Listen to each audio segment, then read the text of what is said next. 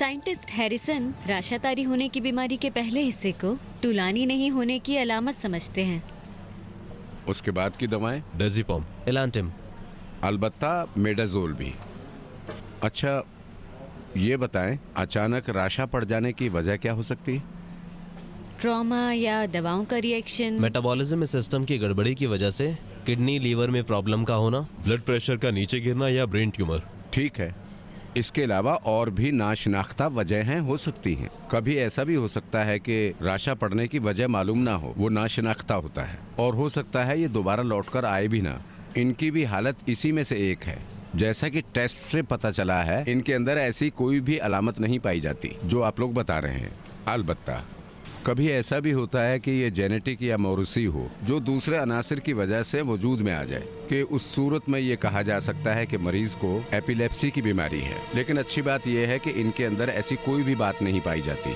इसलिए हमने जो दूसरे टेस्ट किए हैं उनके आने का इंतजार करेंगे, तब पता चलेगा कि राशा पड़ने की क्या वजह हो सकती है। इजाजत चाहता हूँ। डॉक्टर सुबोही चिल्ड्रन वार्ड में आ जाएं। देखा ना, डॉक्टर ने बोला ना मुझे कुछ नहीं हुआ है। अब इसके बाद मुझे राशा नहीं पड़ेगा। हाँ मेरी बच्ची, मुझे पता है तुम्हें ये बीमारी नहीं है।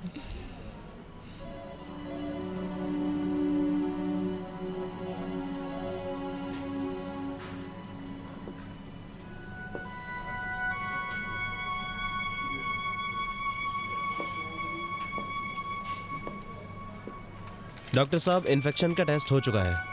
वीडिक्लैंडा नाम की इन्फेक्शन की दवा दी जा चुकी है। टीडीएस का टेस्ट हो गया है और भी बाकी टेस्ट जो हैं दिए गए हैं। जरूर अंजाम पाना चाहिए। जवाब मिल जाए तो मुझे फौरन बताना। जरूर। डॉक्टर साहब जी, क्या मैं 1 मिनट के लिए आपसे बात कर सकता हूँ? हाँ हाँ, बहुत शुक्रिया डॉक्टर साहब। ले लो। मेहरबानी। हाँ बताइए। मैंने अपनी बेटी के बारे में एक बात नहीं बताई। कौन सी? दरअसल हमारे खानदान में किसी एक को राशा की बीमारी है। ये बीमारी मेरे खालाजाद के बेटे को है।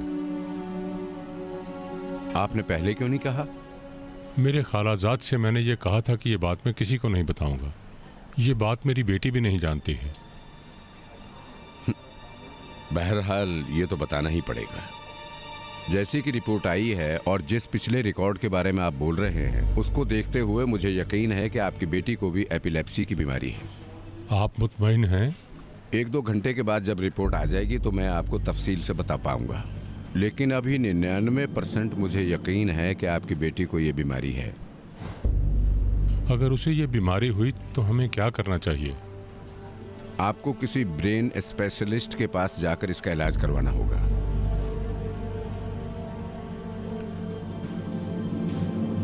जैसा कि आप लोग सोचते हैं, ये बीमारी उतनी महलिक और मुश्किल नहीं है। अच्छी दवाओं और मुनासिब देखभाल से इसका इलाज हो सकता है और इस पर कंट्रोल पाया जा सकता है।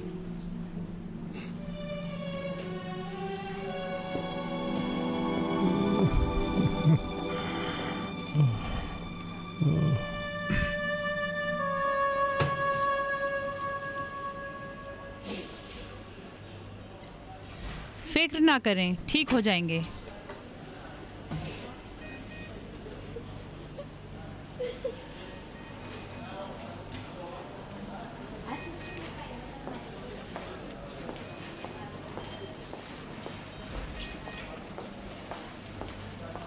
यहाँ क्या हो रहा है?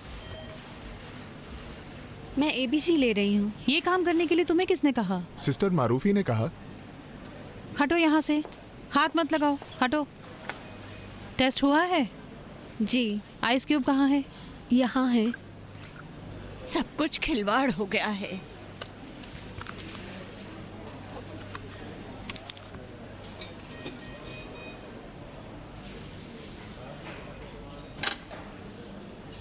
हाथ ढीला करें।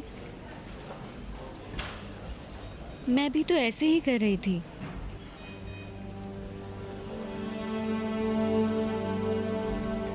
सिस्टर मारूफी कहाँ है? पता नहीं। इसे आइस में डालो। जी।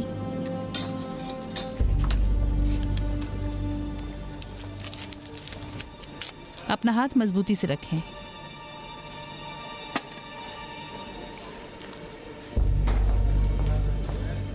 अगर ऐसा रहा तो हम कभी काम नहीं सीख पाएंगे। काम सीखने की जगह यूनिवर्सिटी है, हॉस्पिटल नहीं। लोगों की जान से खेल के काम तो नहीं सीखा जा सकता ना। ये अस्पताल ट्रेनिंग के लिए है। हाजिया साहिबा, हमारी यूनिवर्सिटी की पढ़ाई पूरी हो चुकी है। हम यहाँ इसलिए आए हैं ताकि हमने जो सीखा है उसे अमली तौर पर अंजाम दे सकें। मतलब हमारी जान लेके काम सीखो।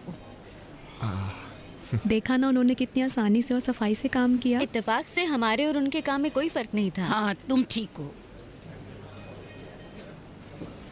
मेरे ख्याल में तो बहुत ही माहिराना था।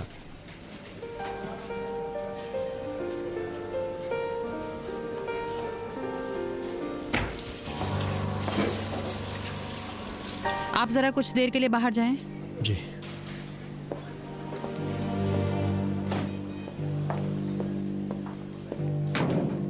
क्या हुआ? स्टूडेंट्स को एबीजी निकालने के लिए क्यों बोला है? उन्हें तो अपना काम सीखना ही होगा ना। तुम क्या पहली बार स्टूडेंट्स के साथ काम कर रही हो? क्या तुम्हें नहीं पता उन्हें इस तरह का काम नहीं देना चाहिए? उन्होंने कहा आपने भेजा है उन्हें। मैंने तुम्हारे पास उन्हें इसलिए भेजा था ताकि तुम उन्हें ट्रेन करो, ना कि उन्हें अकेला छोड़कर यहाँ बैठकर चाय पियो और अपनी जिम्मेदारियों को भूलकर सब कुछ उन पर छोड़ दो। मैं 3 घंटे तक मुसलसल खड़ी रही, क्या एक चाय नहीं पी सकती? अगर 30 घंटे भी तुम्हें खड़े खड़े हो जाएं और पेशेंट का काम पूरा ना हो तो तुम्हें कोई हक नहीं कि तुम यहाँ बैठकर चाय पियो। ये कहिए ना, हम गुलामी के लिए आए हैं, खिदमत के लिए नहीं। सिस्टर मारूफी, इमरजेंसी वार्ड में भीड़ होती है और काम ज्यादा, इसके बदले में ओवरटाइम भी ज्यादा मिलता है। ऐसा नहीं हो सकता कि काम भी ना करना पड़े और पैसा ज्यादा मिले। अगर चाहो तो किसी और वार्ड में शिफ्ट कर देती हूँ जहाँ काम कम हो।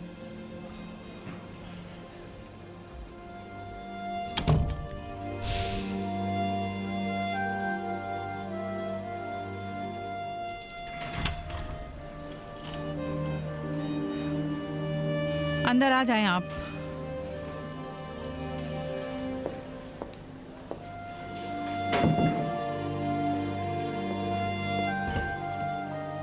चाय दूं आपको? नहीं शुक्रिया।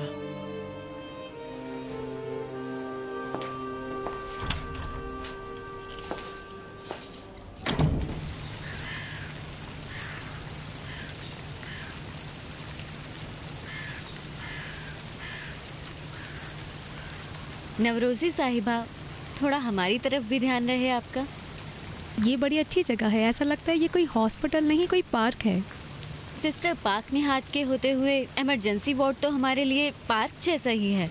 यहाँ 2 महीना हमको सिर्फ टाइम पास करना है, ना ये कि काम सीखना है। तुम इतनी नाराज क्यों हो रही हो? ऐसा तो कुछ हुआ नहीं है। अभी मिस आएंगी और हमारी परेशानियाँ दूर कर देंगी। जैसे ही मिस ने इनसे हमें इंट्रोड्यूस कराया, इनकी भवें चढ़ गई। अगर ये मिस साजिदी के लिए नहीं होता तो ये तो फौरन ही हमें यहाँ से बाहर निकाल देती। उन्होंने एक बात बोली, खत्म भी करो, इतना लंबा क्यों खींच रही हो? कैसी बात कर रही हो तुम? उन्होंने स्टार्टिंग में ही हमें ऐसा कर दिया कि हम स्टैचू की तरह इनके सामने खड़े रहें और उनके सामने कुछ भी बोलने की हिम्मत ना करें। सिस्टर पाकनिहात क्यों चाहेंगी कि हम काम ना करें? इत्तेफाक से इसके उलट है। ये तो उनके फायदे में है कि हम जल्दी काम सीख लें ताकि 1-2 महीने हम जो यहाँ पर हैं उनकी भी मदद हो सके। उन्हें पसंद है कि हम काम सीखें, लेकिन नौकरों वाला, ना कि नर्सों वाला। उन्हें पसंद है कि हम बस भारी भरकम काम सीखें।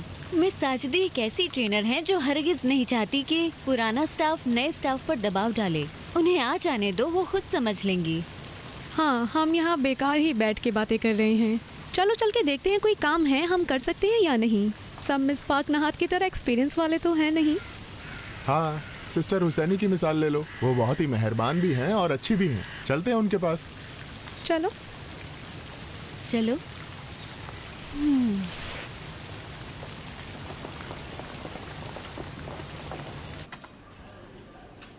तुम मेरे साथ मजाक कर रही हो?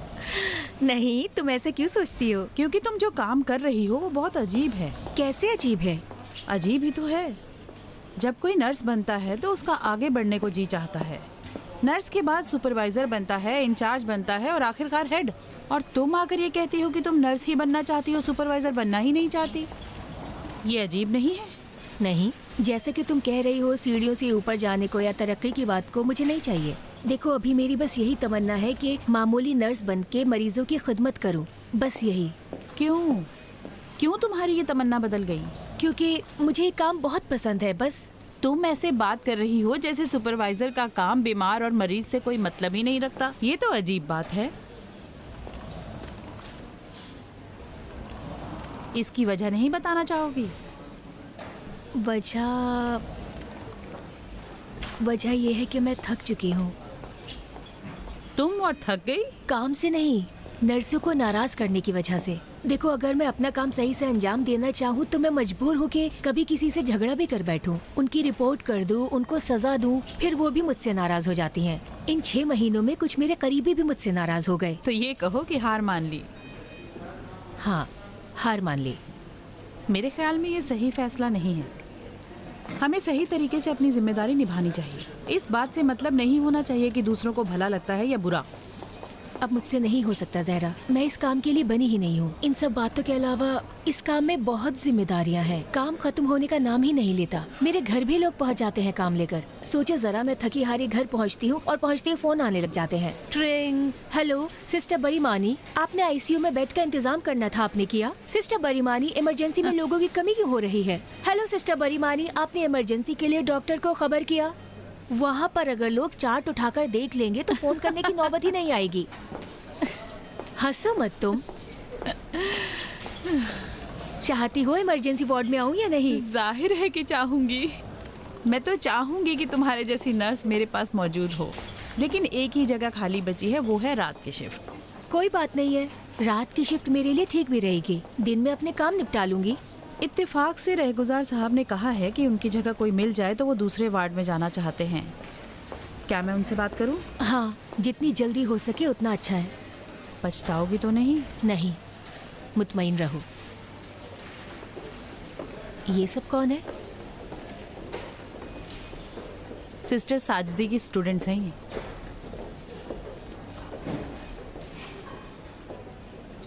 यही वो हैं जिनके बारे में तुम कहती हो कि सीढ़ियों से ऊपर पहुंचना इनकी ख्वाहिश है।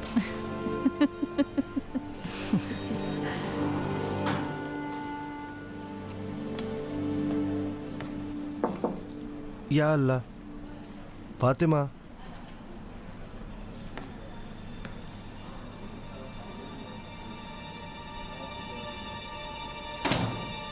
माफ कीजिएगा, दादमान साहिबा कहाँ हैं? वो डिस्चार्ज हो गई। कब? 1 घंटा हो गया।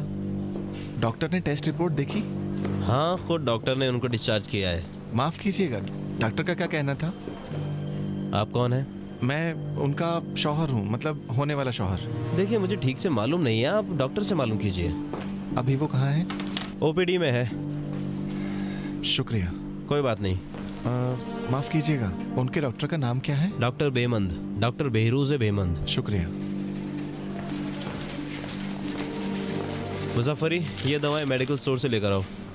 रुक जाएं, 1 घंटे बाद चला जाऊंगा, अभी ऑपरेशन थिएटर की दवाएं लानी है। ये दवाएं खत्म हो गई हैं, ये दवाएं बहुत ज़रूरी हैं। तो फिर रुक जाएं, मैं डस्टबिन खाली करके आता हूँ। मैं कह रहा हूँ इनकी ज़रूरत है। ठीक है, मैं इसे रख के आता हूँ।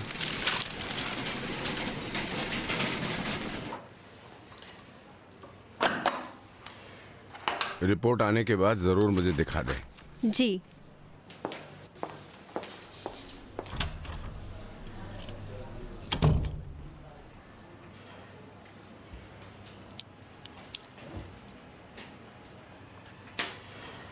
बुनकदार साहब, ये सही है कि एपिलेप्सी का इलाज नहीं है, लेकिन दवाओं के इस्तेमाल से 70% इसका इलाज हो सकता है। इसको काबू में किया जा सकता है और जिसको ये बीमारी है वो अच्छी भली जिंदगी गुजार सकता है। आप देखें कि बड़े लोग जैसे कि दास्तायोफ्स्की, टॉल्स्टॉय, नेपोलियन, वैन गॉग, यहाँ तक कि सुकरात भी इस बीमारी में मुब्तला थे। डॉक्टर साहब, अगर हमने शादी कर ली तो हमारे बच्चों पर तो कोई बुरा असर नहीं पड़ेगा? हाँ, जिस औरत को ये बीमारी है, पेट में बच्चा होने के बावजूद भी अगर सही तरीके से दवा का इस्तेमाल करें तो 90% इम्कान है कि उसका बच्चा भी सही होगा। बस जब पेट में बच्चा हो तो डॉक्टर की निगरानी में रहे ताकि जरूरत पड़ने पर दवाओं में तब्दीली की जा सके।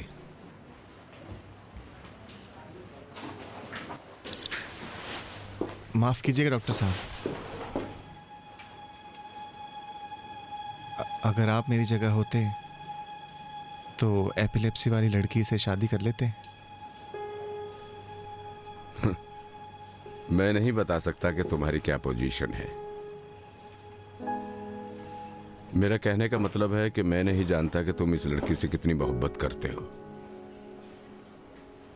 लेकिन इतना जान लो, जिसको ये बीमारी है उसके साथ जिंदगी बहरहाल मुश्किल होती है, क्योंकि जिसको ये बीमारी होती है उसकी देखभाल बहुत जरूरी होती है। ऐसी औरत के साथ अगर जिंदगी गुजारना चाहते हो और उसकी मदद को अगर जिम्मेदारी समझो या अपना फर्ज समझकर करना चाहो, तो मेरी तुमको ये नसीहत है कि तुम ऐसा मत करो, भूल जाओ उसे।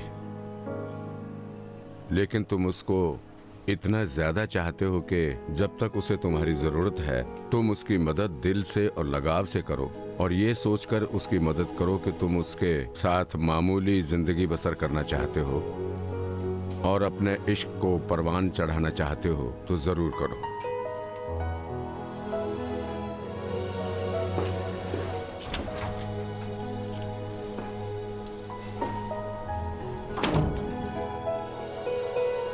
आपको हमेशा एंजियो ट्यूब का इंतखाब करने से पहले ध्यान देना होगा कि इसे फ़ायदा उठाने से पहले, ताकि पेशेंट को ज़्यादा तकलीफ ना हो, इसे कुछ घंटे फ्रीज़र में रखना चाहिए।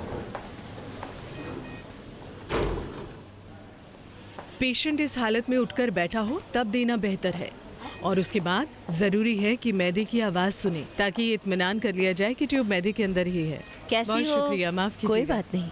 हुसैनी साहिबा जी, 1 मिनट इधर आइए। ठीक है, इजाज़त दें, इजाज़त दें। अच्छा, बताओ क्या सीखा? हमने ये सीखा है कि बस देखते ही रहें। क्या हुआ? कुछ नहीं, आपने हमें सही ट्रेनर के हवाले नहीं किया है मिस। सिस्टर पाक निहाद नहीं चाहती कि हम कुछ सीखें। ये कैसी बात कर रही हो तुम? ये क्यों चाहेंगी कि तुम कोई काम ना सीखो? मैं नहीं जानती, आप खुद उनसे ही पूछ लीजिए। हम एबीजी ले रहे थे, सिस्टर पाक निहाद आई और हमसे ले लिया और उन्होंने खुद ही अंजाम दिया। कोई साथ में नहीं था? नहीं। फिर क्यों अपनी मर्जी से ऐसा किया? हमने खुद से नहीं किया मिस, सिस्टर मारूफी ने कहा था। सिस्टर मारूफी ने सही नहीं किया, सिस्टर पाक निहाद ने सही किया। नस से खून निकालना बहुत मुश्किल होता है, क्योंकि नब्ज अंदर होती है, और अगर इत्तेफाक से सुई हड्डी से जा लगे तो बहुत खतरनाक हो सकता है।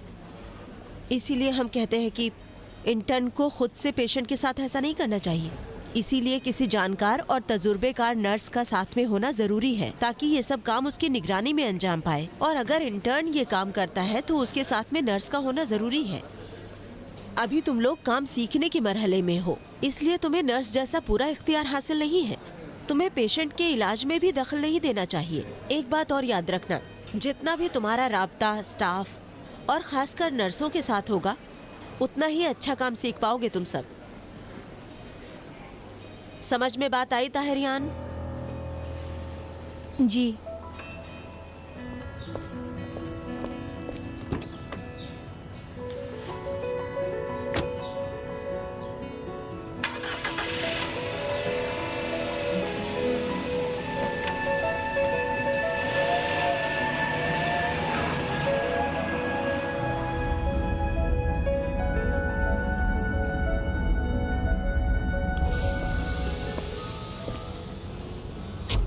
आप कहाँ तशरीफ ले जा रही हैं? घर जा रही हूँ। कार कहाँ है तुम्हारी? आज मैंने अपने साहब को कर्ज दे दी है। आओ बैठो, पहुँचा दूंगी।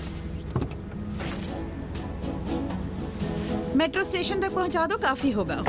वहाँ से मैं खुद ही चली जाऊंगी। नहीं नहीं, मुझे कोई काम नहीं है, तुम्हें घर छोड़ दूंगी।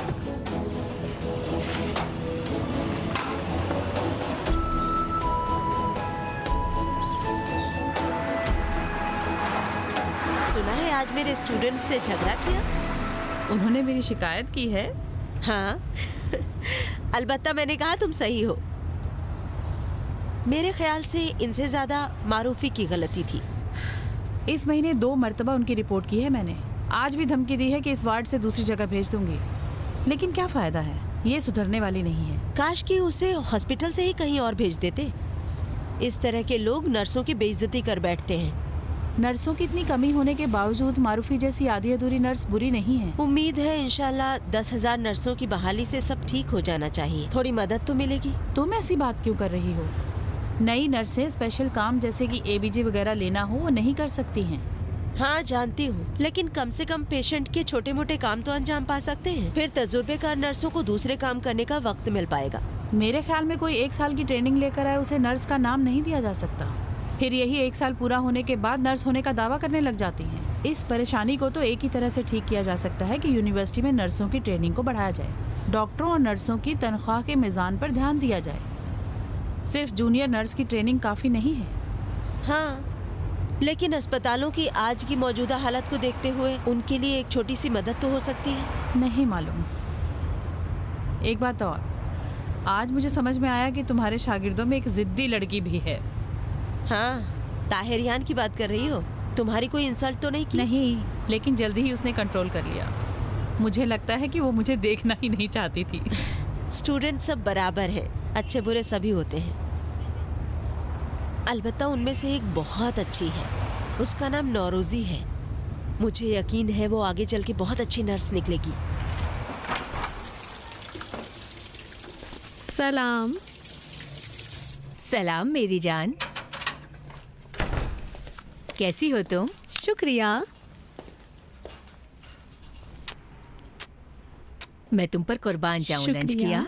जी हाँ, हॉस्पिटल में ही खा लिया था। वहाँ का खाना ठीक है? बुरा नहीं, ठीक है। आपको मदद चाहिए? नहीं बेटी, बस कुछ बर्तन थे, धो लिए। ठीक है, मैं कपड़े बदल के आती हूँ। ठीक है मेरी जान।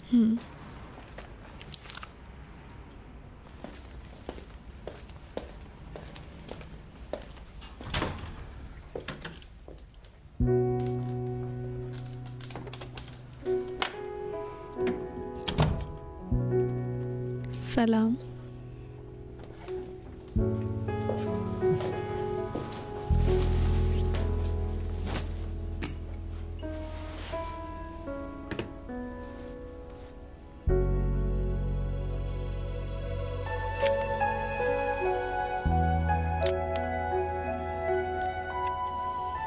अगर एक रात आप लोग मेरे ख्वाब में नहीं आते हैं तो ऐसा लगता है 40 दिन से नहीं आए। क्या वहाँ इतनी अच्छी जगह है कि आप लोग मुझे भी भूल जाते हैं? जी आ जाइए। मेरी जान, मैं तुम्हें एक चीज दिखाना चाहती थी। इसे देखो, खूबसूरत है ना? ढीला ढाला भी है और देखने में भी अच्छा है। तुम्हें ज्यादा पसंद नहीं आया क्या? नहीं, बहुत अच्छा है। मैं हर रोज घंटों नेट पर बिठाती हूँ ताकि दुल्हन का लिबास ढूंढ सकूं। ठीक है, इससे भी अच्छा ढूंढने की कोशिश करूंगी। एक बात और, मेहदी ने कहा कि मैं शादी के दिन टाई पहनूंगा। तुम्हारे मामू से भी झगड़ा हो गया। तुमने टाई पहनने के लिए कहा था? नहीं। मैंने तुम्हारे मामू को बताया कि समीरा को टाई पसंद नहीं है। चाय लाती हूँ, साथ में पियेंगे। आप बैठिए, मैं लाती हूँ।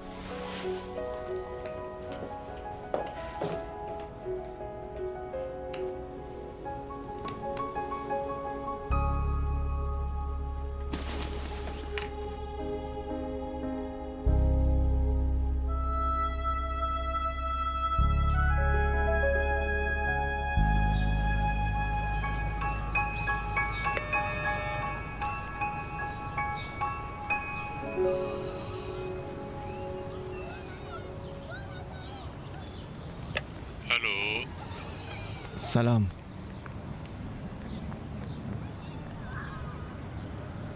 सलाम। अकबर साहब, क्या थोड़ी देर आपसे बात कर सकता हूँ? हमारे पास बात करने के लिए अब कुछ नहीं है, हम अपनी बात कर चुके हैं। आपने अपनी बात तो कह दी, लेकिन मेरी बात नहीं सुनी है आपने। जवाद साहब, तुम्हारे और फातिमा के लिए यही अच्छा होगा कि... अकबर साहब, मैं अब टूटता जा रहा हूँ। कम से कम इतना तो मेरा हक बनता है कि आप मेरी बात सुन लें। फातिमा भी मेरे फोन का जवाब नहीं दे रही है। आप कहते हैं कुछ कहने को नहीं है, लेकिन है, यकीन माने बहुत कुछ है। आप नहीं सुनेंगे तो कौन सुनेगा मेरी बात?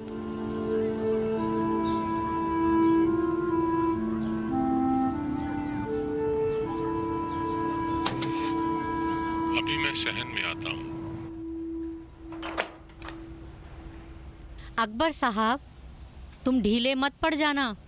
अगर फातिमा इसके घर गई तो इसके माँ बाप इसको ठीक से नहीं जीने देंगे। बोल दो, हम अपनी बेटी देने वाले नहीं। फातिमा को पता न चले कि वो आया है। ठीक है।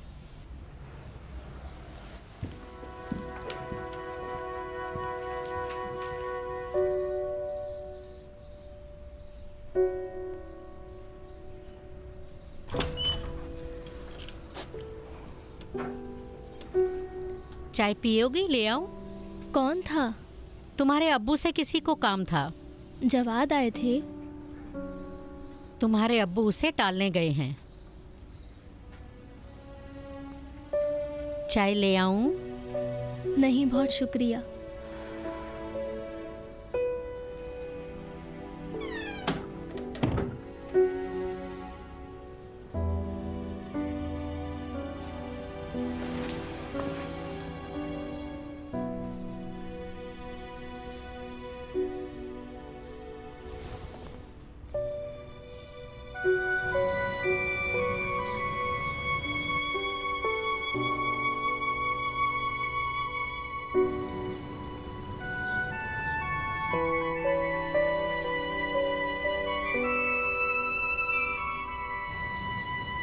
अकबर साहब, यकीन कीजिए, मैंने इस शादी के लिए अपने घर वालों को बड़ी मुश्किल से तैयार किया है।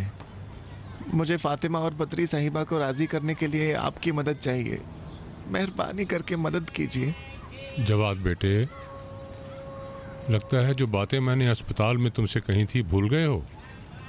इसके अलावा इस शादी के लिए मैं तो पहले से ही राजी नहीं था। मुझे पता है आप मेरी अम्मी की बातों को लेकर नाराज हैं। आपको हक देता हूँ। मेरा मतलब इन बातों से नहीं है।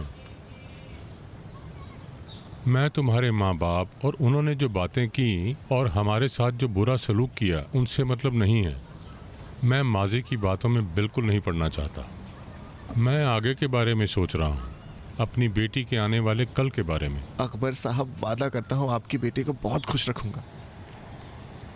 तुम उसे चाहते हो, मुझे कोई शक नहीं है, लेकिन कितना चाहते हो ये नहीं जानता। बहुत ज़्यादा। मैं उससे बेइंतहा मोहब्बत करता हूँ। मैंने खुदा से जो ये ज़िंदगी पाई है उसमें ऐसी बहुत सी चाहतों को देखा है कि वो मुश्किलों और परेशानियों में मांद पड़ गईं। ऐसे चाहने वालों को भी देखा है जो कुछ बरसों के बाद चाहने वाले न रहे और एक दूसरे के वबाले जान बन गए। अकबर साहब, मैं उनमें... बेटे, मेरी बात सुनो बेटे। बहुतों को प्यार होता है, लेकिन जो आशिक रह जाते हैं वो ज़्यादा नहीं होते। अभी ये मालूम हो चुका है कि फातिमा मामूली लड़की नहीं है। उसे ऐसे की ज़रूरत है जो उसका ख्याल रख सके। वो उसे सताए नहीं और किसी और को सताने की इजाज़त न दे। कुछ बरसों के बाद वो उससे थक ना जाए। मैं जानता हूँ, हो सकता है फातिमा के लिए कभी कोई लड़का ऐसा ना मिले, लेकिन मैं और उसकी माँ इसी तरह उसे चाहते रहेंगे और जब तक हम जिंदा रहेंगे ऐसे ही उसे चाहते रहेंगे। मैं भी उसको चाहता रहूँगा। 1000 बरस भी उसका ख्याल रखना हो तो थकूंगा नहीं, बिल्कुल महसूस नहीं होने दूंगा। लेकिन अगर फातिमा ना हुई तो मैं टूट जाऊंगा अकबर साहब। उसके बगैर जिंदगी का कोई मकसद नहीं है। लेकिन ये बात तुम्हें मुझे साबित करनी पड़ेगी। साबित करूंगा, लेकिन कैसे? आप जो भी कहेंगे वो मैं करूंगा ताकि आपको साबित कर सकूं।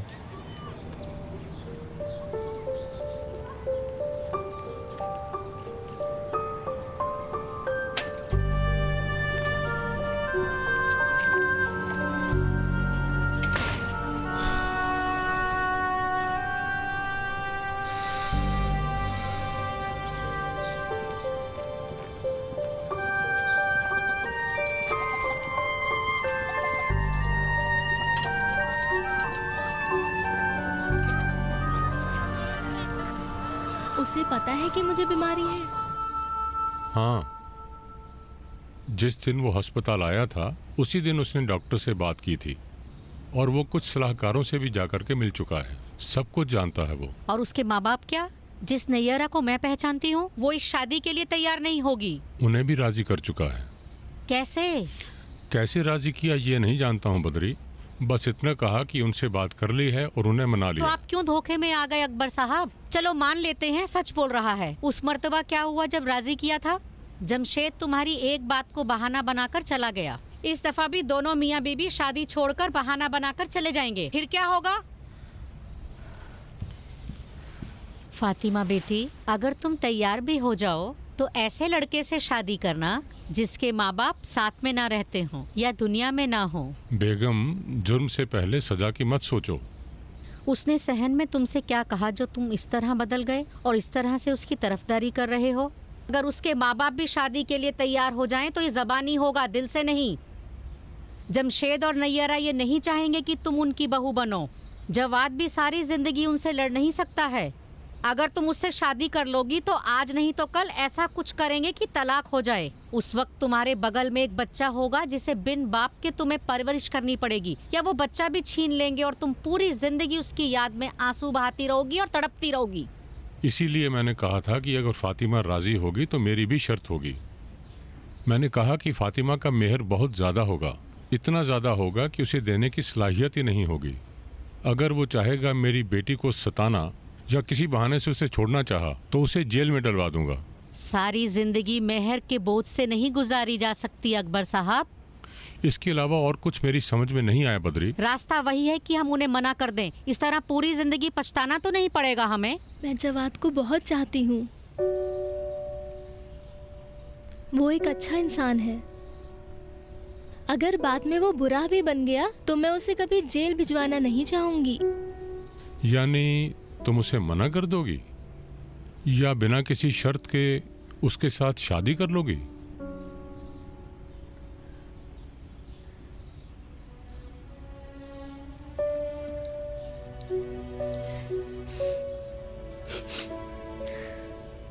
मैं उससे शादी करूंगी। तुम बहुत बड़ी गलती कर रही हो फातिमा, जिस रास्ते पर तुम चल रही हो। जानती हूँ अम्मी जान, शायद आप सही हो, लेकिन अगर आज मैं उससे शादी नहीं करूंगी तो जिंदगी भर सोचती रहूंगी कि मैंने ये गलती क्यों की। मैं उससे शादी करूंगी, लेकिन माफ कीजिएगा, मैं ज्यादा मेहर नहीं रखूंगी। मुझे तलाक का हक होगा और उसी के साथ मैं कुछ साल तक बच्चा पैदा नहीं करूंगी। जब पता चल जाएगा कि ऐसा ही है तो ठीक है। ये बात मेरी तरफ से उसे बता दें।